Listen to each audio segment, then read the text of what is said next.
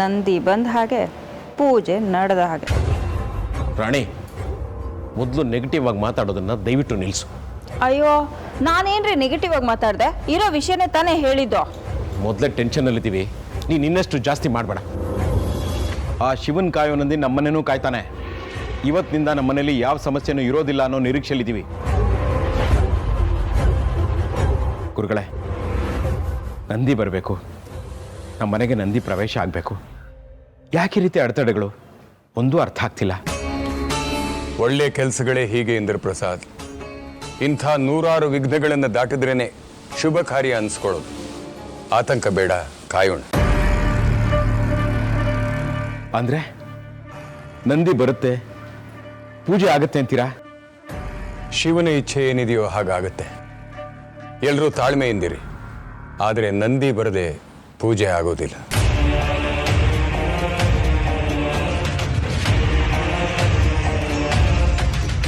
ನಂದಿ ಬರಲ್ಲ, ಪೂಜೆ ಆಗಲ್ಲ. ಮನೇಲಿ ಸಮಸ್ಯೆ ಇದೆ ಅನ್ನೋದು ಯಾರಿಗೂ ಗೊತ್ತಾಗಲ್ಲ. ಚಿರುನ ನಾನು ನೋಡಬೇಕು, ಅವನ ಜೊತೆ ಮಾತಾಡಬೇಕು, ಅವನನ್ನು ನನ್ನ ಕೈವಶ ಮಾಡ್ಕೋಬೇಕು. ನೀವೆಲ್ಲ ಸೇರಿ ಚಿರುನ ಆಚೆ ಹಾಕೋ ಪ್ರಯತ್ನ ಮಾಡಿದ್ರೆ ಅವನನ್ನು ಮತ್ತೆ ಒಳಗೆ ಕರೆಸೋ 100 ದಾರಿಗಳು ನನ್ನ ಕಣ್ಮುಂದೆ ಇವೆ. ನಾನು ಬಯಸೋದು ಸಿಗೋವರೆಗೂ ಈ ಮನೆಯಲ್ಲಿ ಯಾರನ್ನೂ ನೆಮ್ಮದಿಯಿಂದ ನಿದ್ದೆ ಮಾಡೋದಕ್ಕೆ ಬಿಡಲ್ಲ.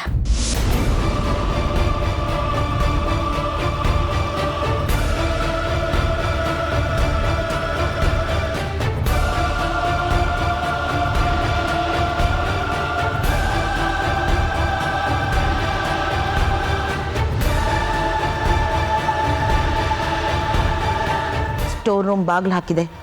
ಒಳಗಡೆ ಚಿರು ಜೊತೆ ಏನಾದರೂ ಮತ್ತೆ ಮಾತಾಡ್ತಾ ಇರ್ಬೋದಾ?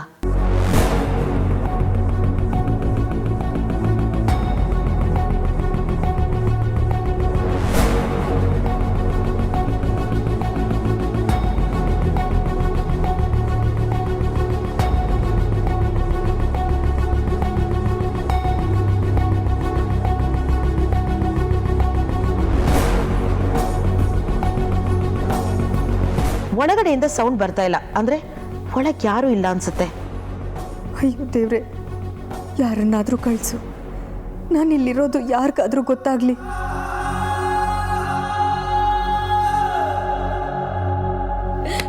ಪ್ಲೀಸ್ ಯಾರಾದ್ರೂ ಬಾಗ್ಲು ತೆಗೀರಿ. ಬಾಗ್ಲು ತೆಗೀರಿ.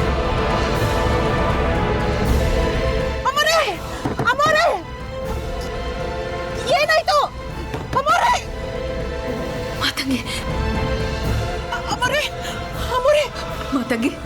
ಮಾತಂಗಿ,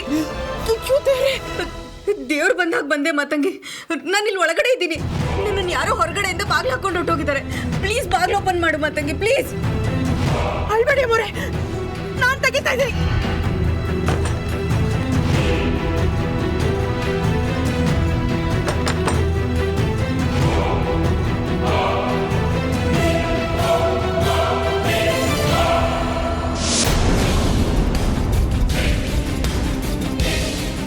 ಏನಾಯ್ತು ಮಾತಂಗಿ? ಯಾರೋ ಹೊರಗಡೆ ಅಂತ ಬೀಗ ಹಾಕೊಂಡು ಹೋಗ್ಬಿಟ್ಟಿದ್ದಾರೆ ಮೊರೆ. ಬೀಗನೂ ಇಲ್ಲ ಇಲ್ಲಿ. ಲಾಕ್? ನನ್ನನ್ನು ಹೊರಗಡೆ ಕೂಡ ಹಾಕಿ ಲಾಕ್ ಮಾಡ್ಬಿಟ್ರ?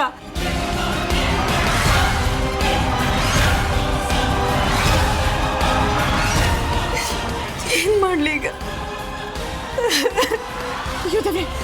ನೀವು ಅಳ್ಬೇಡಿ, ನಾನು ಇದನ್ನ ತೆಗಿಯಕ್ಕೆ ಪ್ರಯತ್ನ ಪಡ್ತೀನಿ.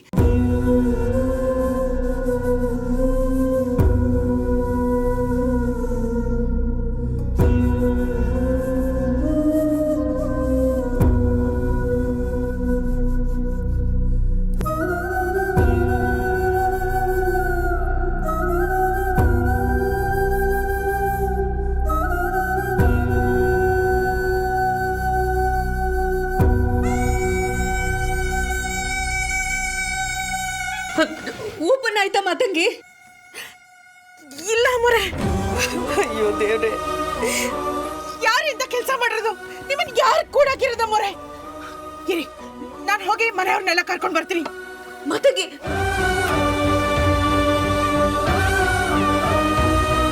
ಮಾತಂಗಿ ಬೇಡ ಮಾತಂಗಿ, ನಾನು ಪೂಜೆಗೆ ಅಟೆಂಡ್ ಆಗಬಾರ್ದು ಅಂತಾನೆ ಯಾರು ನನ್ನನ್ನು ಹೊರಗಡೆಯಿಂದ ಲಾಕ್ ಮಾಡ್ಕೊಂಡು ಹೋಗಿದ್ದಾರೆ. ನನ್ನನ್ನು ಇಲ್ಲಿ ಕೂಡ ಹಾಕಿರೋ ವಿಚಾರ ಮನೇಲಿ ಯಾರಿಗೂ ಗೊತ್ತಾಗಬಾರ್ದು. ಹಾಗಾದ್ರೆ ಏನ್ ಮಾಡೋದೀಗ? ನನ್ನ ವಿಷಯ ಬಿಡು. ಪೂಜೆ ಏನಾಯ್ತು? ನಂದಿ ಬಂತ? ಪೂಜೆ ನಡೆಯೋದು ಕಷ್ಟ ಇದೆ ಅಮ್ಮೋರೆ. ಯಾಕೆ? ಅಯ್ಯೋ, ಇನ್ನು ನಂದಿನೇ ಬಂದಿಲ್ಲ. ಅಯ್ಯೋ ರಾಯ್ರೆ, ಯಾಕೆ ಹೀಗೆಲ್ಲ ಮಾಡ್ತಿದ್ದೀರಾ? ಇಲ್ಲ, ಇವತ್ತು ಪೂಜೆ ನಿಲ್ಬಾರ್ದು. ನೀವು ಹೊರಗಡೆ ಬರಬೇಕು ಮೋರೆ.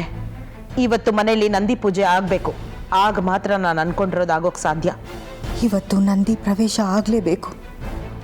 ನನ್ನ ಚಿರು ಮನೆಯಲ್ಲೇ ಉಳ್ಕೋಬೇಕು. ಮಾತಂಗಿ, ಇವತ್ತು ಪೂಜೆ ನಿಲ್ಬಾರ್ದು. ನಂದಿ ಪ್ರವೇಶ ಆಗುತ್ತೆ ಅಂತ ಮನೇಲಿ ಎಲ್ಲರೂ ಖುಷಿಯಾಗಿದ್ದಾರೆ. ನಂದಿ ಬರದೇ ಇರೋದಕ್ಕೆ ಏನೋ ಸಮಸ್ಯೆ ಆಗಿರಬೇಕು. ನಂದಿ ಬರಲೇಬೇಕು, ಪೂಜೆ ಆಗಲೇಬೇಕು. ಮಾತಂಗಿ, ನೀವೇನು ಯೋಚನೆ ಮಾಡಬೇಡಿ ಅಮ್ಮೋರೆ. ಪೂಜೆ ನಡೆಯೋ ಹಾಗೆ ಏನಾದರೂ ಮಾಡೋಣ. ನೀವು ಹೊರಗಡೆ ಬರ್ತೀರಾ?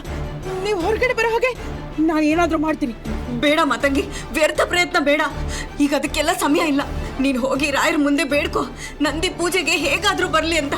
ನಂದಿ ಪೂಜೆಗೆ ಬರಲೇಬೇಕು. ರಾಯರ ದಯೆಯಿಂದ ನಂದಿ ಪೂಜೆಗೆ ಬಂದೇ ಬರುತ್ತೆ.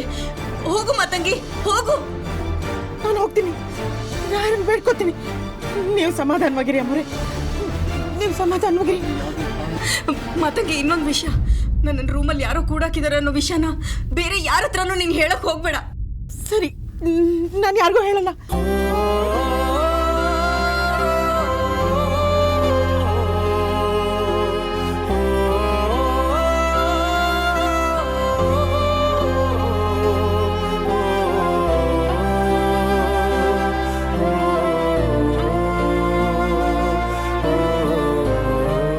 ದುಷ್ಟ ಶಕ್ತಿಗಳ ಮಟ್ಟ ಹಾಕಬೇಕು ಅಂದ್ರೆ ಶಿಷ್ಟ ಶಕ್ತಿಗಳು ಮೇಲ್ಗೈ ಆಗ್ಬೇಕು. ಅದೇ ತಾನೆ ನ್ಯಾಯ, ನೀತಿ, ಧರ್ಮ. ಮತ್ತೆ ಯಾಕೆ ರಾಯ್ರೆ, ಯಾಕೆ ಶುಭ ಕಾರ್ಯಗಳಲ್ಲಿ ವಿಘ್ನ? ಹೋದವರೆಲ್ಲ ಒಳ್ಳೆಯವರ? ಹಾಗಾದ್ರೆ ಬದುಕಿರೋರು ಪಾಪಿಗಳ ರಾಯ್ರೆ? ಹಾಗಾದ್ರೆ ನಮ್ಮನ್ನು ಕರೆಸ್ಕೊಂಬಿಡಿ. ನಮ್ಮನ್ನು ಯಾಕೆ ಉಳಿಸಿದ್ದೀರಾ? ದುಷ್ಟ ಶಕ್ತಿ ಮುಂದೆ ನಾವು ಸೋತ್ವಿ, ನಾವು ಶರಣಾದ್ವಿ ಅಂತ ಒಪ್ಕೊಂಡ್ಬಿಡ್ತೀವಿ. ಧರ್ಮಕ್ಕೂ ಅಧರ್ಮಕ್ಕೂ ಯುದ್ಧ ನಡಿಬೇಕು, ಒಪ್ಕೋತೀನಿ. ಆದ್ರೆ ಅಧರ್ಮ ಗೆಲ್ಲಬಾರ್ದು, ಧರ್ಮ ಸೋಲ್ಬಾರ್ದು.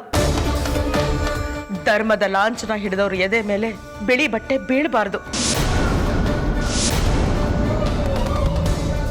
ಇವತ್ತು ನಂದಿ ಮನೆಗೆ ಬರಲಿಲ್ಲ ಅಂದ್ರೆ ಪೂಜೆ ನಡೆಯೋಲ್ಲ. ದಯಮಾಡಿ ನಂದಿ ಮನೆಗೆ ಬರೋ ಹಾಗೆ ಮಾಡಿರಾಯ್ರೆ.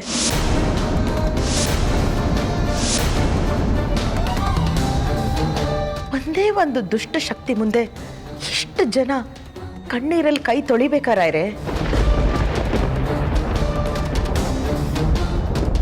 ಬೇಡ ರಾಯ್ರೆ, ಒಂದು ದುಷ್ಟ ಶಕ್ತಿಯಿಂದ ಇಡೀ ಮನೆ ನರಳೋದು ಬೇಡ.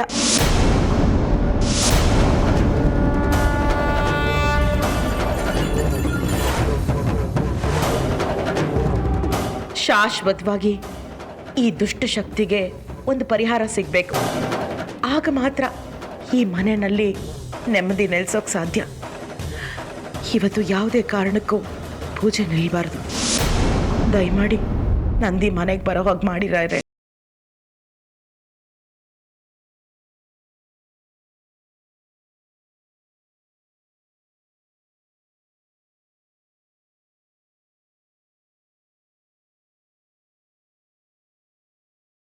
ಆಗೋ ಹಾಗೆ ಮಾಡಿರಾಯ್ರೆ.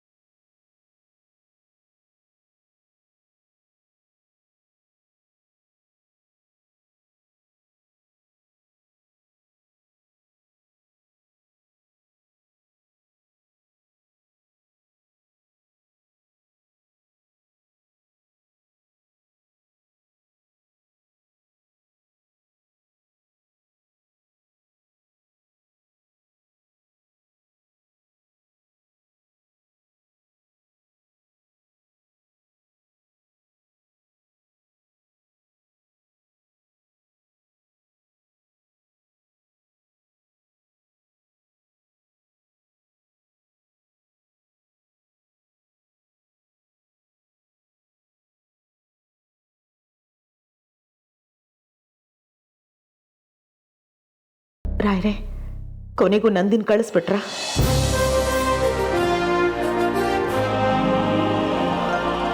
ಅರೆ, ಇದೇನು ಆಶ್ಚರ್ಯ, ನಂದಿ ಒಂದೇ ಬಂದಿದೆ.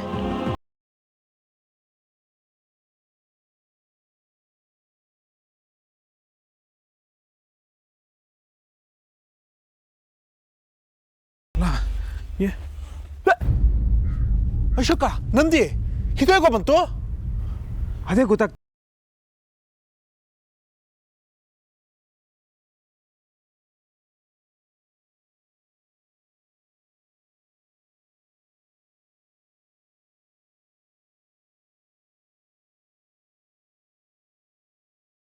ಇಲ್ವಾ? ಇಲ್ಲ ಚಿಕ್ಕಪ್ಪ,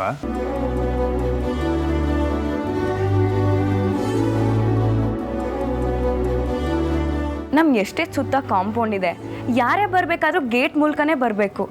ನೀವ್ಗ ಗೇಟ್ ಹತ್ರನೇ ಇದ್ದು ನಂದಿ ಬರೋದು ನಿಮಗೆ ಗೊತ್ತಿಲ್ಲ ಅಂದರೆ ಅದು ಹೇಗೆ ಸಾಧ್ಯ? ಇದು ನಿಜಕ್ಕೂ ಪವಾಡನೇ. ಇದು ಹೇಗೆ ಸಾಧ್ಯ ಗುರುಗಳೇ? ಎಲ್ಲ ದೈವಚಿತ್ತ. ಒಳ್ಳೇದಾಗಬೇಕು ಅಂದರೆ ಯಾವ ದುಷ್ಟಶಕ್ತಿಗಳು ಅಡ್ಡ ಬಂದರೂ ಏನೂ ಮಾಡೋಕ್ಕಾಗಲ್ಲ. ಪೂಜೆಗೆ ಹೋಗಬೇಕು ಅಂತ ಶಿವನ ಅಪ್ಪಣೆಯಾಗಿದೆ, ಅದಕ್ಕೆ ನಂದಿ ಬಂದಿದ್ದಾನೆ. ಹೌದು ಗುರುಗಳೇ, ನಿಮ್ಮ ಮಾತು ನಿಜ. ಇದು ನಿಜವಾಗ್ಲೂ ಒಳ್ಳೆ ಸೂಚನೆನೇ. ನಮ್ಮ ಕಣ್ಮುಂದೆನೇ ಇಷ್ಟೆಲ್ಲ ಪವಾಡ ನಡೆದು ಹೋಯ್ತಲ್ಲ. ಮೊದಲು ಪೂಜೆಗೆ ಸಿದ್ಧತೆ ಮಾಡ್ಕೊಳ್ಳಿ. ಆರ್ತಿನ ಕರೀರಿ, ಪೂಜೆ ಶುರು ಮಾಡಲಿ. ಮತ್ತಂಗೆ ಇನ್ನೊಂದು ವಿಷಯ, ನನ್ನ ರೂಮಲ್ಲಿ ಯಾರೋ ಕೂಡಾಕಿದ್ದಾರೆ ಅನ್ನೋ ವಿಷಯನ ಬೇರೆ ಯಾರ ಹತ್ರನೂ ನೀನು ಹೇಳಕ್ ಹೋಗ್ಬೇಡ. ನಾನು ಹೋಗಿ ಆರ್ತಿನ ಕರ್ಕೊಂಡು ಬರ್ತೀನಿ. ಭವಾನಿ, ಒಂದು ನಿಮಿಷ. ಆರ್ತಿ ಮಲಗಿದ್ದಾಳೆ. ಅದಕ್ಕೆ ಏನಾಯ್ತು? ಚೆನ್ನಾಗೇ ಇದ್ರಲ್ಲ. ಹಾ, ನಾನು ಪೂಜೆ ಕರೆಯಕ್ಕೆ ಅಂತ ಹೋಗಿದ್ದೆ. ಅವಳೇನೋ ಸ್ವಲ್ಪ ತಲೆನೋವು ಅಂತ ಹೇಳ್ತಾ ಇದ್ಲು. ಆರ್ತಿ ಅಮ್ಮನವ್ರಿಗೆ ತಲೆನೋವ? ಸುಳ್ಳು ಹೇಳ್ತಾ ಇದ್ದೀರಾ ಅಶೋಕಣ್ಣ? ಆರ್ತಿ ಅಮ್ಮನವ್ರನ್ನ ರೂಮ್ನಲ್ಲಿ ಕೂಡ ಹಾಕಿರೋದು ನೀವೇನಾ? ಮನೆ ಸೊಸೆ ಪೂಜೆ ಮಾಡಬೇಕಾಯಿತು. ನಿನ್ನೆ ಶ್ರಾದ್ದದಲ್ಲಿ ಅವಳ ವರ್ತನೆಯಿಂದ ಅವಳ ಮನಸ್ಥಿತಿ ಹಾಳಾಗಿರುತ್ತೆ. ನಂದಿ ಪೂಜೆ ಮಾಡೋದ್ರಿಂದ ಅವಳಿಗೆ ನೆಮ್ಮದಿ ಸಿಗುತ್ತೆ, ಒಳ್ಳೆಯದಾಗುತ್ತೆ ಅಂತ ಅಂದ್ಕೊಂಡಿದ್ದೆ. ಗುರುಗಳೇ, ಅದು ಆರ್ತಿಗೆ ಆರೋಗ್ಯ ಸರಿ ಇಲ್ವಲ್ಲ, ಹಾಗಾಗಿ ಬೇರೆ ಯಾರಾದರೂ ಪೂಜೆ ಮಾಡ್ಬೋದಾ? ವೇದ ಅಥವಾ ಭವಾನಿ ಇವ್ರ ಕೈಲಿ ಮಾಡಿಸೋಣ. ಇವರು ನಮ್ಮನೆ ಹೆಣ್ಮಕ್ಳೇ ಅಲ್ವಾ? ಸರಿ, ಮಾಡಿ. ಅಕ್ಕ, ನೀನೇ ಪೂಜೆ ಮಾಡು. ಸರಿ ವೇದ. ಯಾವುದಾಗಬಾರ್ದು ಅಂದ್ಕೊಂಡು ಅದು ನಮ್ಮ ಕಣ್ಣು ಮುಂದೆನೇ ನಡೀತಾ ಇದೆ. ನಮ್ಮಿಂದ ಏನು ಮಾಡೋಕ್ಕಾಗ್ತಾ ಇಲ್ಲ ಅಂತ ಪ್ರೂವ್ ಆಗ್ತಾ ಇದೆ. ನಂದಿ ಪೂಜೆ ಮಾಡಬೇಕು ಅಂತ ಆರ್ತಿ ಅಮ್ಮನವರು ಎಷ್ಟು ಆಸೆಯಿಂದ ಕಾಯ್ತಾ ಇದ್ರು. ಯಾಕೆ ಈ ರೀತಿ ಮಾಡಿದ್ರಿ ಅಶೋಕಣ್ಣ? ಮನೆ ಸೊಸೆ ಇರಬೇಕಾದ್ರೆ ಮನೆ ಹೆಣ್ಮಕ್ಳಿಂದ ಪೂಜೆ ಮಾಡಿಸೋದು ಅಷ್ಟು ಸರಿ ಕಾಣ್ತಾ ಇಲ್ಲ. ನೀವೇ ಅವ್ರನ್ನ ಕೂಡ ಹಾಕಿರೋದು ಅಂತ ಗೊತ್ತಾದ್ರೆ ಆರ್ತಿ ಅಮ್ಮನವ್ರು ಎಷ್ಟು ಬೇಜಾರು ಮಾಡ್ಕೋತಾರೋ ಏನೋ. ಪೂಜೆ ಸಾಮಾನನ್ನ ಸಿದ್ಧ ಮಾಡಿ ಗೋಮೂತ್ರ ತನ್ನಿ. ಅಳಿಯಂದ್ರೆ, ನೀವು ಹೋಗಿ ಗೋಮೂತ್ರ ತನ್ನಿ. ಸರಿ ಮಾವ. ಇಟ್ಟ ಜಾಗದಲ್ಲಿ ಗೋಮೂತ್ರ ಇರೋದಿಲ್ಲ.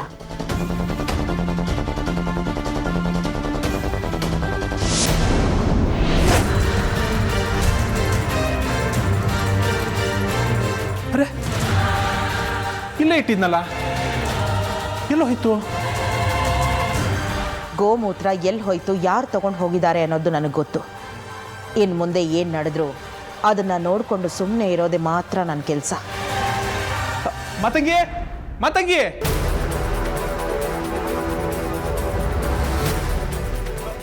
ನೀನು ನನ್ನ ಜೊತೆ ಇದೆಯಲ್ಲ ಬೆಳಿಗ್ಗೆ, ನನ್ನ ಗೋಮೂತ್ರ ಎಲ್ಲಿಟ್ಟು ಹೇಳು. ಇಲ್ಲೇ ಇಟ್ಟಿದ್ರಲ್ಲ ಅಣ್ಣ, ಯಾಕೆ ಮರ್ತೋಯ್ತಾ? ಈಗ ಇಲ್ಲಿಲ್ವಲ್ಲ? ನನಗೂ ಗೊತ್ತಿಲ್ಲ. ಓ, ಏನಪ್ಪ ಮಾಡೋದು? ಗೋಮೂತ್ರ ಪೂಜೆಗೆ ತುಂಬ ಅವಶ್ಯಕತೆ ಇದೆ ಅಂತ ಹೇಳಿದ್ರು. ಈಗ ಇಟ್ಟಿ ಜಾಗದಲ್ಲಿ ಕಾಣ್ತಾ ಇಲ್ಲ.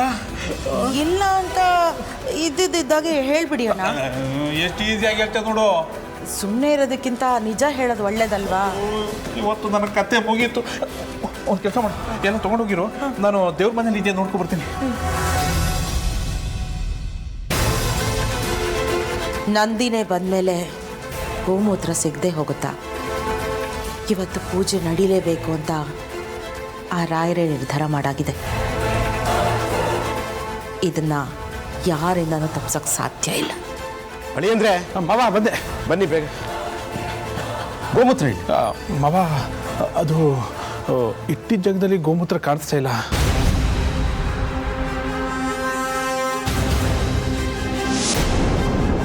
ಗೋಮೂತ್ರನ ಯಾರು ತಗೋತಾರೆ ಬಾವ? ಪೂಜೆಗೆ ಅತಿ ಮುಖ್ಯವಾಗಿ ಬೇಕಾಗಿದ್ದ ವಸ್ತುನ ನೀವು ಕಾಪಾಡ್ಕೋಬೇಕಾಗಿತ್ತು. ನಿಮಗೆ ಪೂಜೆ ಬಗ್ಗೆ ಇರೋ ಶ್ರದ್ಧೆ ಇಷ್ಟೇನಾ? ಕ್ಷಮಿಸಿ ಗುರುಗಳೇ, ಅದು ಮನೆಯಲ್ಲಿ ಶಾಂತಿ ನೆಮ್ಮದಿ ನೆಲೆಸಬೇಕು ಅಂತ ಕೇಳ್ಕೊಂಡ್ರೆ ಪ್ರಯೋಜನ ಇಲ್ಲ. ಅದಕ್ಕೆ ಪೂರಕವಾಗಿ ದೈವಿಕವಾಗಿ ಏನೇನು ಸಿದ್ಧತೆ ಮಾಡ್ಕೋಬೇಕೋ ಅದನ್ನೆಲ್ಲ ಮಾಡ್ಕೋಬೇಕಲ್ವೇ? ಗುರುಗಳೇ, ಹೀಗಾಗುತ್ತೆ ಅಂತ ಖಂಡಿತ ನಮಗೆ ಗೊತ್ತಿರಲಿಲ್ಲ. ಸಂಗಮದ ಬಳಿ ನಡೆದ ವಿಚಾರದಲ್ಲಿ ನಿಮಗೆ ಎಷ್ಟು ನೋವಾಗಿದೆಯೋ ಅಷ್ಟೇ ನೋವು ನನಗೂ ಆಗಿದೆ. ಊಹಿಸಕ್ಕಾಗದೇ ಇರುವಷ್ಟು ಕೆಟ್ಟ ಘಟನೆ ನಡೆದು ಹೋಗಿದೆ. ಅದನ್ನ ಸರಿ ಮಾಡೋಕ್ಕೋಸ್ಕರ ತಾನೇ ನಾವಿಲ್ಲಿ ಸೇರಿರೋದು. ನೀವು ಮುಂಜಾಗ್ರತೆ ವಹಿಸಬೇಕಾಗಿತ್ತು. ಕೊನೆಗೂ ನನ್ನನ್ನು ಪೂಜೆಯಿಂದ ದೂರ ಇಟ್ಬಿಟ್ರಲ್ಲ. ಯಾರು ಈ ಕೆಲಸ ಮಾಡಿದ್ದು? ಯಾರು? ಚಿರು ಚಿರು ಚಿರು ಏನಾದ್ರೂ ಈ ಕೆಲಸ ಮಾಡಿದ್ನಾ? ಇಲ್ಲ ಇಲ್ಲ, ಅವನು ಈ ಥರ ಮಾಡೋದಕ್ಕೆ ಸಾಧ್ಯನೇ ಇಲ್ಲ. ನಾನು ಅವನಿಗೆಲ್ಲ ವಿಷಯನೂ ವಿವರವಾಗಿ ಹೇಳಿದ್ದೆ. ಅವನು ನನ್ನ ಮಾತನ್ನು ಕೇಳ್ತಾನೆ. ಚಿರು, ಎಲ್ಲಿದ್ಯಾ ಚಿರು? ನೀನು ಈ ಕೆಲಸ ಮಾಡಿಲ್ಲ ಅಂತ ನನಗೆ ಚೆನ್ನಾಗಿ ಗೊತ್ತು. ಈಗ ನೀನೇ ನನಗೆ ಸಹಾಯ ಮಾಡಬೇಕು. ನಾನೇ ನಿನ್ನನ್ನು ಕರಿತಿದ್ದೀನಿ. ಬಾರೋ ಚಿರು, ಬಾ.